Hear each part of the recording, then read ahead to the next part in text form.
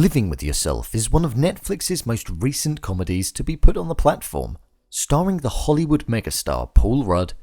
His name alone is enough to pull in any viewer, let alone the concept of being cloned. This show has had a fair bit of hype around it before the release yesterday. But did Living with Yourself deliver? And is it worth watching? Well, let's find out. Before I go ahead, make sure you go over to my Twitter @brainpilot_ and tweet me what show or movie you'd like me to review next. So without further ado, I'm BrainPilot and here is a review of Living with Yourself. Just to let you know, this video will contain spoilers, so watch with caution.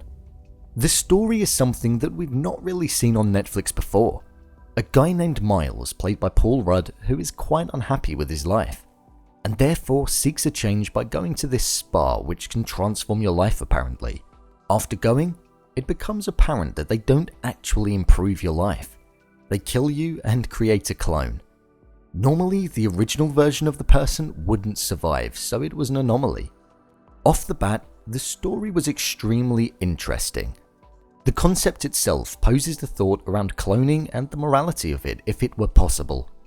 Is the clone's life just as valuable as what yours is? Or are they disposable? We see this occur a lot. One thing that we see at the start is the fun and games of having a clone, such as the clone going to work for you, succeeding, fulfilling a happier marriage, and then the real Miles coming in to reap the rewards of the hard work that the clone puts in. I think the way the story was structured was executed very well. We would see the same timeline from each perspective throughout an episode, and I thought that was a brilliant way of delivering the story and also allowing you to understand and connect with both of the versions of the character. There were only a couple of points where I did get a little confused, but after a minute or so, I'd get right back into it. I liked the way that although it was another version of himself, you could see the jealousy in both sides. Having to leave his wife despite it not being his wife was translated across the screen well. The clone had all of these memories, but that was it. He never experienced any of them, and the difficulty of battling with that and the troubled mind that he had was made extremely clear. It's a difficult thought to imagine, but it's a provoking one. After going on a turbulent journey together, you see the showdown in the final episode right at the end in the clone's apartment. Even as much as they both want rid of each other, or themselves, they can't quite pull the trigger and cut ties. The final fight scene was entertaining to watch, and it showed the amount of tension that the 8 episodes had been building to. The way the show finished, with Kate announcing that she was pregnant after sleeping with both of them, was a good way for the show to end. It was peculiar that the original Miles was happy for the clone and willing to accept him in, but I suppose because it's himself, he would know how much the clone wants a baby as well. That's my logic behind it. In my opinion, although I did really enjoy this first season, I hope they don't make another. It's a great show that provides a lot of laughter, but it doesn't need a second running.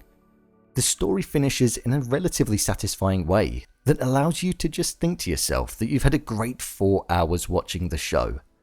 Paul Rudd's schedule must be extremely busy, and I can't see them pushing a new season out anytime soon. The title sequence and soundtrack were 2 things that I was particularly fond of in the show. As the episodes went on and the story got more manic and confusing, so did the title sequence.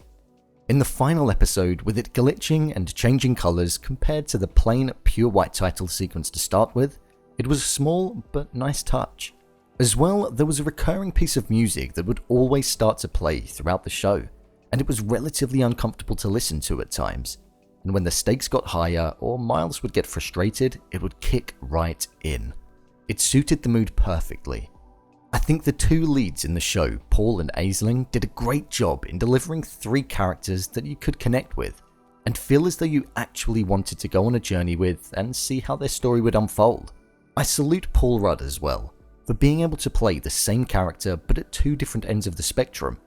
Visually, it was relatively easy to tell who was who, but really, it was down to the performance which helped with the differentiation.